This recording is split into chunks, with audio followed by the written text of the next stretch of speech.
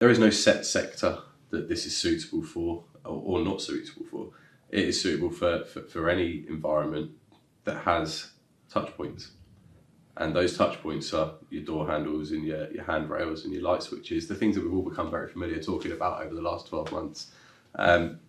We're working with manufacturing, we're working with schools and education, we're working with banks and finance, working with theatres and the arts, all very, very different environments, retail, hospitality, all very different environments and all very, very different requirements. For instance, hospitality may wish the tables that people are sitting at are actually treated with Touchpoint Shield, albeit they're being cleaned in between service.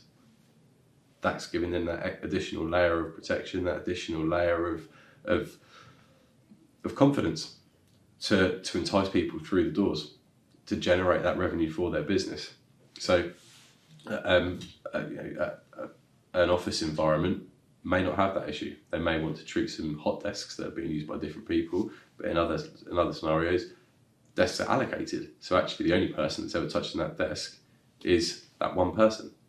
And there's no other interaction apart from the cleaner who's coming along and cleaning it. In fact, that person that's using that desk may actually be tasked with cleaning their own desk and sanitising their own desk.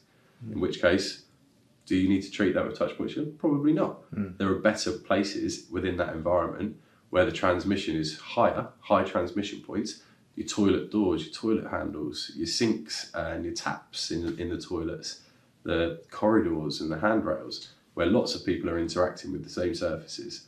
That's a much higher risk than that desk that's used by that one person and nobody else. So as part of what we do, it will be recommendations to what we would suggest that we install the product on. And it doesn't necessarily have to be everywhere. Of course, if you want a belt and braces approach, then yeah, it can be on every surface. But it may be that actually it's only on 50% of the surfaces because there's no requirement to do it elsewhere.